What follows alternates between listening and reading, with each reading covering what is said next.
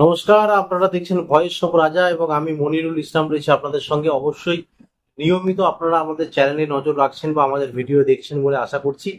দেখুন, আপনারা যারা আহ, তৃণমূল কংগ্রেস বা বিজেপিটা করেন, আপনারা সকলেই জানেন অনুব্রত মণ্ডল এবং দিলীপ ঘোষ, এই দুটো নাম আপনারা শুনেছেন।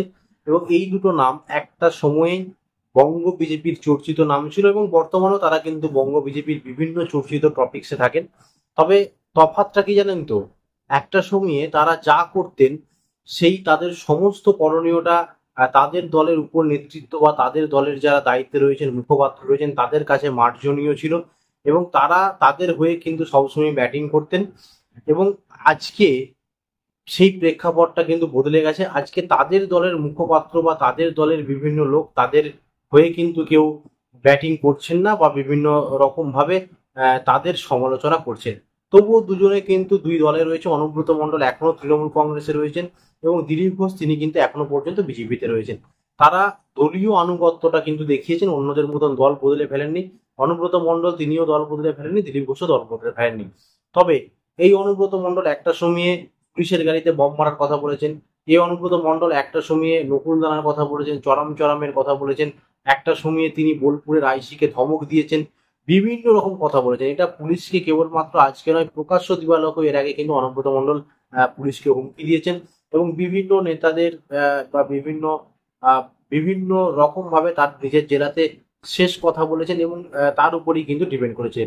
কিন্তু অনুব্রত মণ্ডল যখন তিনি জেলে চলে গেলেন এবং এসে দেখলেন তার জায়গায় অন্য একজন কিন্তু তার খোলা মাঠে খেলছে, এবং এই নতুন খেলোয়াড়কে সরিয়ে অনুব্রত মণ্ডলের মতন পুরনো খেলোয়াড়কে এই নতুন খেলোয়াড়ের জায়গায় বসানো, এবং যেখানে তৃণমূল কংগ্রেসের ভোট ব্যাংক মূলত মুসলিম, এবং সেই কাজল শেখকে সরিয়ে আবার অনুব্রত মণ্ডলকে বস করানো বা অনুব্রত মণ্ডলকে জায়গা দেওয়ার কথা, সেটা কিন্তু কোনোভাবে তৃণমূল কংগ্রেস ভাবছেন না।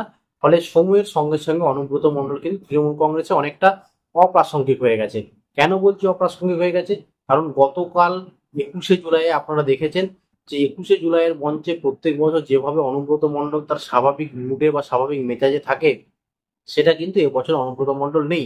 এবং অনুব্রত মণ্ডল মূলত গতকাল রাত 21শে জুলাইয়ের আগের রাত্রে, ঠিক 20 জুলাইয়ের রাত্রে যখন যখন মূল মঞ্চের কাছে ঢুকতে গিয়েছিলেন, তখন তাকে কিন্তু বাধা দেওয়া হয়েছে এবং সেখানে ঢুকতে দেওয়া হয়নি বলে এরকমও কিন্তু একটা খবর সোশ্যাল মিডিয়ায় ঘোরাফেরা করছে।